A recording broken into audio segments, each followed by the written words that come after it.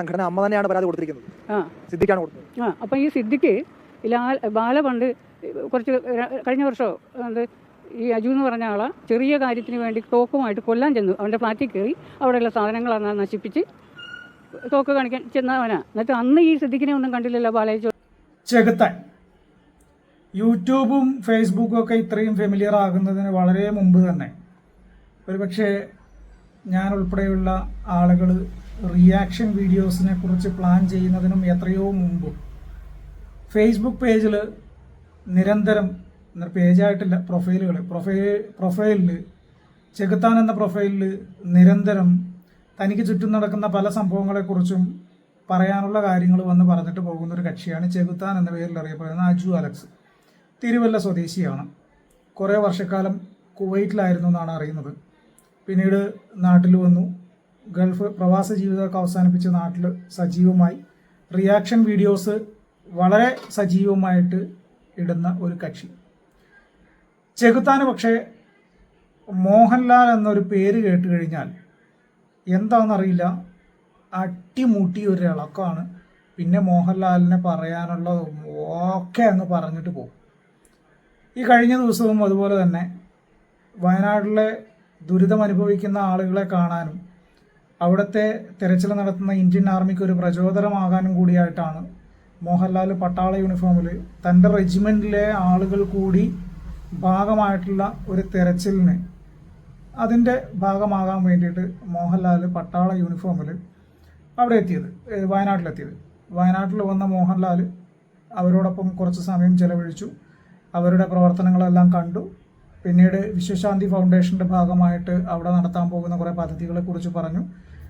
ഒരു പക്ഷേ അവിടെ ഉണ്ടായിരുന്ന ആളുകൾക്കും അവിടെ ഉണ്ടായിരുന്ന ആർമി പട്ടാളക്കാർക്കും ആർമി ഉദ്യോഗസ്ഥന്മാർക്കും ഒക്കെ ഒരു പ്രചോദനമായിട്ടുണ്ടാവും മോഹൻലാലിൻ്റെ ആ സന്ദർശനം. അതിൽ യാതൊരു സംശയവും വേണ്ട. അദ്ദേഹം ഒരു നടൻ എന്നതിലുപരി അവരുടെയൊക്കെ ഒരു സുപ്പീരിയർ ഓഫീസർ ലഫ്റ്റനന്റ് കേണൽ മോഹൻലാലാണല്ലോ.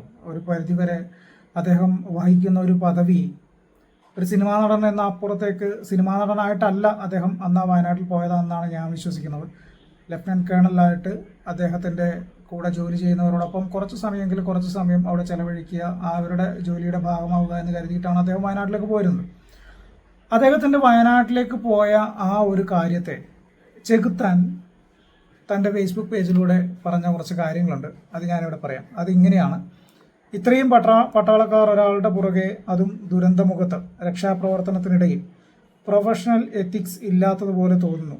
എന്തിന് പട്ടാളത്തിന് ഇതിൻ്റെ ഇടയിൽ മോഹൻലാലിൻ്റെ ഉപദേശം ആവശ്യം? ഇനി പട്ടാളത്തിന് ആവേശവും ഊർജവും ഒക്കെ ഉണ്ടാക്കാൻ ഒരു സിനിമാ നടൻ വരണം എന്നുണ്ടോ? മിലിറ്ററി യൂണിഫോം ഇട്ട് ഇങ്ങനെ ഒരു അവസരത്തിൽ മോഹൻലാൽ അവിടെ വരേണ്ട ആവശ്യം പട്ടാളത്തിനുണ്ടോ? പാഴാക്കുന്ന സമയം എന്നല്ലാതെ വേറെ എന്ത് പ്രയോജനമാണുള്ളത്? പണപ്പിരിവിൽ കൂടുതൽ കൊടുത്തത് മോഹൻലാലോ പൊതുജനമോ അതോ ഗവൺമെൻറ്റോ? കൂട്ടത്തിൽ ഏറ്റവും മികച്ച സൈനികൻ അല്ലെങ്കിൽ ഇത്തരത്തിലുള്ള ഓപ്പറേഷൻസിന് മുൻപ് ചെയ്ത് പരിചയമുള്ളയാൾ ആണോ മോഹൻലാൽ? എന്താണ് ഇയാളുടെ യോഗ്യത?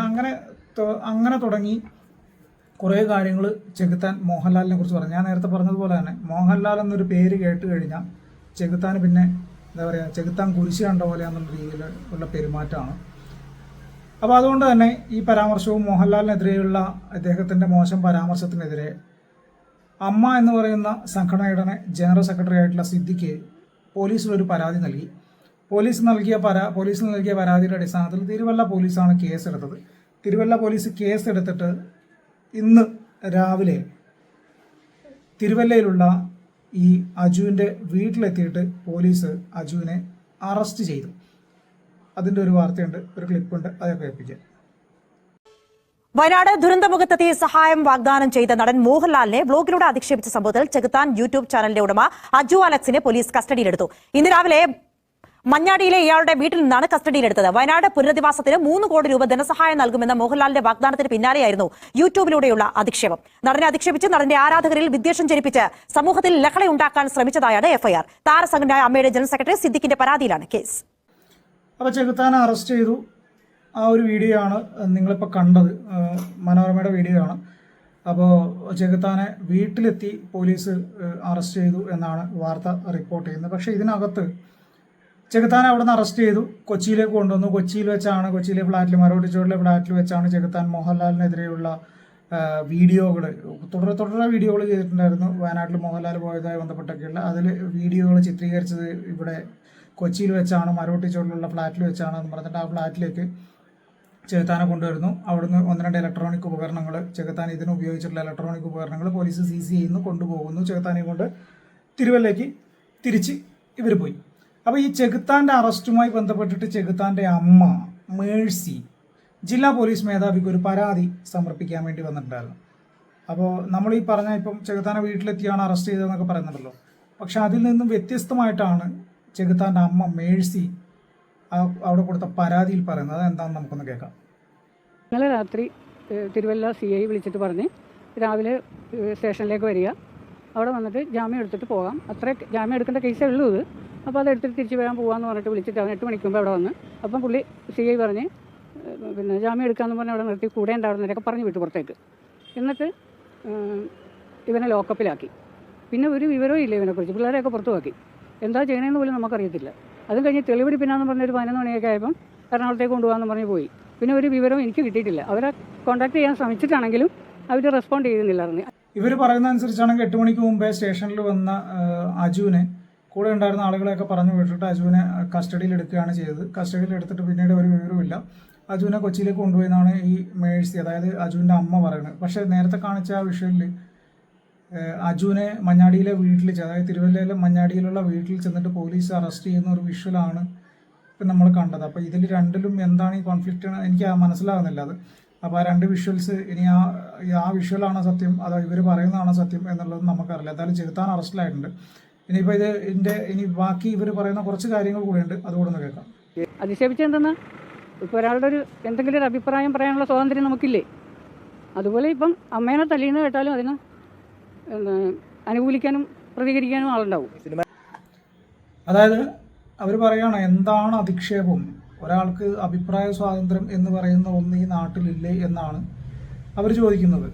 അപ്പോൾ ഒരാളെ അഭിപ്രായം പറഞ്ഞു കഴിഞ്ഞാൽ അറസ്റ്റ് ചെയ്യുകയാണോ എന്ന് പറഞ്ഞാൽ, പിന്നെ അതിനകത്ത് അവർ വേറെ കുറച്ച് കാര്യങ്ങൾ പറയുന്നുണ്ട്. അവൻ പറഞ്ഞത് ശരിയാണ്, എനിക്ക് അങ്ങനെയാണ് തോന്നിയിട്ടുള്ളത്, ഞാനും ആ വീഡിയോ ഒക്കെ കണ്ടതാണ്. വയനാട്ടിൽ പോയിട്ട് മേജർ രവി അവിടെ സെൽഫി എടുക്കുകയാണ് ചെയ്യുന്നത് കണ്ടത്. ഭൂമിക്കടിയിൽ ആൾ കിടക്കുന്ന ആളുകളെ രക്ഷിക്കേണ്ട സമയത്താണ് മേജർ രവി മോഹൻലാലിൻ്റെ കൂടെ വന്നിട്ട് അവിടെ നിന്ന് സെൽഫി എടുക്കുന്നത് എന്നൊക്കെയാണ് ഈ അജുവിൻ്റെ അമ്മ പറയുന്നത്. ഇനി വേറൊരു സാധനം കൂടെ ഇവർ ഒരു കാര്യം പറയുന്നുണ്ട്, അത് സിദ്ദിഖിനെതിരെയാണ്. അതുകൂടെ ഒന്ന് കേട്ടോ. സംഘടന അമ്മ തന്നെയാണ് പരാതി കൊടുത്തിരിക്കുന്നത്. സിദ്ദിഖാണ് കൊടുത്തത്.